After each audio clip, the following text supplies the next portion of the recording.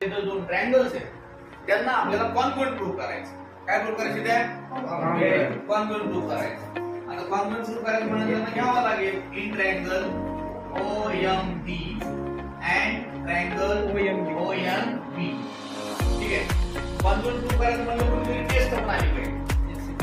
बरोबर, टेस्ट आली पाहिजे, आणायची नाही. आता अंतर तुम्ही ओळख पण केली नाही दिले ते येत असतं. ठीक आहे. नाव इन दिस केस याच्यामध्ये segment according to that given condition याच्यानुसार घेता येईल ना आपल्याला. काय घेता येईल? OM is congruent with segment काय OM. त्याला कारण काय आहे?